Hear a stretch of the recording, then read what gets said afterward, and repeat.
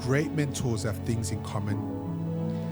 And today I want to talk about 5 characteristics that I have seen in great mentors.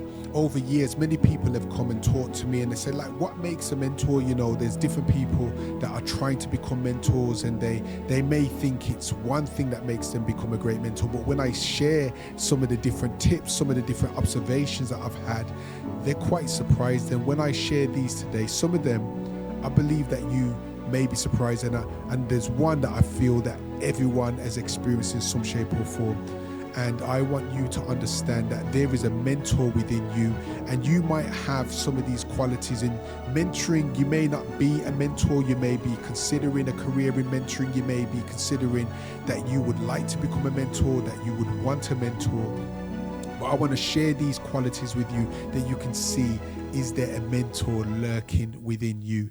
So the first characteristic I want to share that many mentors have, that I've seen from my experience of working with mentors, training mentors, employing mentors, interviewing mentors, one of the things that I think really runs commonly through so many of them is that they have pain.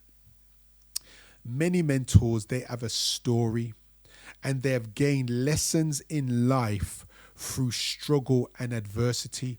And your greatest pain can become someone's pathway. And I have an example of this. I was interviewing earlier this week, and the person that I was interviewing, you could tell that they had a passion to work with young people, and they wanted to be able to help young people to turn their lives around. They wanted to be able to be there for them. They wanted to be able to help young people to see that there's more to life. And the more that they kept on repeating these phrases to me, I just had a sense in me like, there's something here. And I just had to ask the question, like, why are you so passionate about working with young people? And they let their guard down, and they started to speak, and they started to share that they wished that they had someone that could have been a mentor for them when they were younger. And they started to share that they went off the tracks when they was younger, and they was around some of the wrong people, and they made some of the bad decisions that you don't want children to make, and they went through those experiences, and that is really the deep reason why they want to become a mentor. And I realize that when I speak to so many people that want to mentor people, that want to encourage people, that want to inspire people, that want to give back, it's because they have had experiences in life that was difficult, or they have had experiences in life that it was painful, and now they want to be a solution for someone. They want to be a process of healing for someone else. And that's one of the characteristics I've seen so many times in so many mentors when we are employing and when we're interviewing. So that's the first one. It's pain, and they have a story. And the second characteristic that I've realized concerning mentors and what makes some people really good as mentors is that they've got this thing that I call gritty wisdom. And they have insight.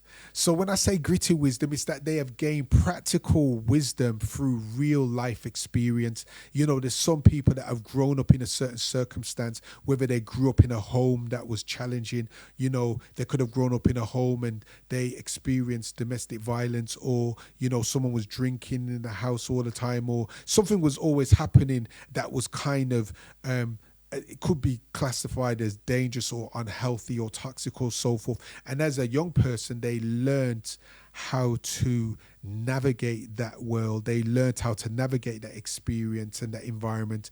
And it gave them some wisdom. And now that they're in life and they're working with others, they're able to utilize that wisdom in a different way. So knowledge tells you what you need to do. You know, that's knowledge or what it is. But wisdom tells you when, where, and how. Wisdom is about the application of knowledge. And you can have people that they've learned to build relationships. You know, they've learned how to manage relationships. You know, they could be in a community. You know, there's some young people and even some elder people that, you know, they've been in a community that can be recognized as dangerous. You know, it's a community that some bad things happen in that community, but they've learned how to live in that community. They've learned how to make friends in that community. They've learned how to not be on specific sides in that community. And just the fact that they've learned how to do that because they've learned how to grow up in that community, they've gained gritty wisdom, and now they're good with all types of people. They may be in a corporate setting, they may be in a business setting, they may be in a life setting, in a work setting, but now they've learned how to work with all these different types of people. And when you're a mentor and you've got these kind of qualities, it makes you a very effective mentor because you're talking to all types of people. And just like you learned how to navigate certain circumstances when you were younger, you've been able to navigate working with young people and working with people and encouraging them and inspiring them. So that's the second thing that I'd say. Gritty wisdom's a real powerful thing. The third characteristic that I've seen when I'm talking to people, which is very powerful, that makes great mentors, is purpose. They have a sense of calling, and some people may not call it a calling, they may not say, I am called to mentor, but there's just this drawing, there's something that's pulling them in this direction, something that is pulling them to say, I need to be working with people, or I want to be inspiring people, or they feel drawn to pick up a camera, or they feel drawn to make content, or they feel drawn to give advice and give encouragement and to be able to draw it out of others. And this is very important because it's not always about qualifications. Sometimes being in this environment, in this world, sometimes we base our value on how well we done in school, how well we done in college, how well we done in uni, but that's not the be and end all of your value. Sometimes your environment of where you learn, it's like they say the school of hard knocks, like the school of life. Like sometimes it's in life that you're going to learn some of the most precious lessons and the most precious examples, and understanding that a qualification can get you a role, but a calling can get you going and can get you into a place of purpose, and can get you to like start a movement or do, create an invention that no one's ever created before. It's purpose. When you've got purpose, it's so important. And when I am across the desk interviewing people, or I'm looking through all these CVs, I'm looking through all these resumes that are sent to us, I'm looking at what has this person gone through. What is their experience? What is their career? What's their journey? And you can't really fabricate that. You can't really manipulate because you don't even know what I'm looking for, but I'm looking for what have they gone through. Sometimes someone has been like, they've worked as a security guard, or they've worked in a certain environment, and then you can kind of see, okay, this person would have to know how to handle people. They would have to know how to de-accelerate, and de-escalate issues. And, because they've worked in these different environments, or they've done these different things, someone that's worked abroad, you can see that they've had to adapt in different environments, so when you start seeing that different people can do different things, you can see and put it all together, and you can see that there's purpose here. You can see that they've worked within a community center. When they were young, they volunteered to work with these types of people. They've got a passion for people that's in domestic violence or whatever it is, or working within the youth justice system, or they've got a strong sense of justice, and you can see it's hardwired in who they are, and it's about purpose. This one's a very important one. People that are great mentors, they've got to have people skills. You can be very intelligent with book smarts, but if you're not intelligent with people, if you're not emotionally intelligent, if you're not spiritually intelligent, if you're not intelligent in how you communicate, if you're not intelligent in how you get along with people, it's going to definitely limit you in life, because it doesn't matter whatever business you're in, whatever work you're in the business of people. So when you're working with people, having people skills is so important, and they connect before they correct.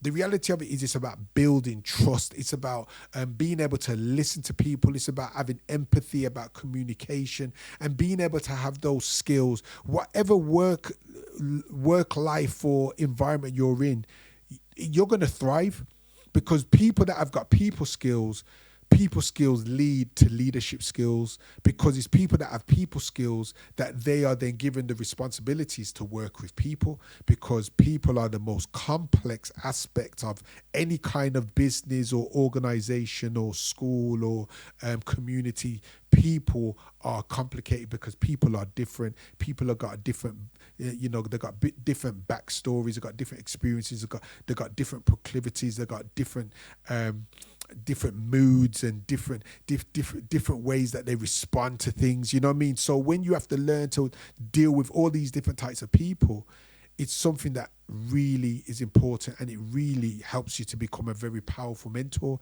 As that saying goes, people don't care how much you know until they know how much you care. So you've got to really like people. You know what I mean? Like, some people don't actually like people. And I always question, why do people want to work in a school? Why do people want to be teachers? Why do people want to work with children and they don't actually like children? I'd say, if you don't like children, why are you going to work with children? You don't have to work with children. You could do something else. But people skills is so important, and a mentor who listens first and advises second is powerful. And having a genuine interest in people, having a genuine curiosity about people, and being able to listen to people and not judge them, and not put them in a box. Just because someone is in this place in their life at this moment in time, that doesn't mean that they're always going to be in that place in their life going forward. So being able to have space for people and giving them an environment that they feel heard, and an environment that they feel safe, and an environment that they feel valued, that is something powerful. And that's a characteristic. When someone has people skills, it really moves them forward as a mentor. And this is the last of the 5 that I want to share, and I feel it's something that's really powerful. People that are great at working with people as mentors, and this characteristic makes people to become great mentors, is they have belief. You have got to have belief. You've got to have faith, and you've got to be able to believe in people, believe in possibilities, believe that it actually can work, because when you can see the possibilities that others cannot see, that makes you a great mentor. And great mentors lend their belief to people until they believe themselves. And a teacher who encourages and talks to students and sees that you could be someone great, or you could do this, or you could achieve this qualification, or you could achieve this in life, that is like so precious. And even as a parent, believing in your children, believing that they can do something great, even if you're a partner to someone, believing in your partner, being able to say that you can do that, or you could become that, these are the things that really matter. And when you are able to believe in people, and when you're able to move forward in that belief, and you can use your belief and borrow it to someone until they get it for themselves, that's one of the things that makes you have a great mentoring career, or makes you great as a mentor. So let's think about all of these things. When you're thinking about these things in your journey, it's always important that you can utilize your story, because your story is unique, your story is powerful, and your story is purposeful. Being able to understand that what you've gone through isn't like an everyday experience for everyone. Like, your wisdom is unique, and the things that you've learned, you can use them in your everyday life, you can use them in your work, you can use them in your relationships. Being able to have purpose, and being able to believe in people, being able to know that you've got people skills, and utilizing those skills to be able to help them to go from A to Z, and to help them to move forward in their progression, and having belief in others, and making sure that you have belief in yourself first. So this is like a video all around helping you to understand, if you've got any of those 5, you could be a great mentor. You may not even understand that mentoring is an option for you, but being a mentor to someone, whether you're a professional mentor, whether you're a mentor to someone in the community, whether you're a mentor to your child, whether you're a mentor to a partner, whether you're a mentor to someone that just needs some guidance, being a mentor and utilizing these 5 characteristics is important. So thank you for this week's session. Thank you for being with me. Thank you for taking the time to spend with me. And I hope that you've gained something from me. And what I want to ask you is, put one of the things that you feel from that list that you have, that you feel that you demonstrate that, one of the things, and put it in the comments. Share it with us. It would be great to hear what you think about yourself and if you observe that for yourself. And sharing is caring. So share this with someone else. Take care. Come back next week and we'll continue on this journey.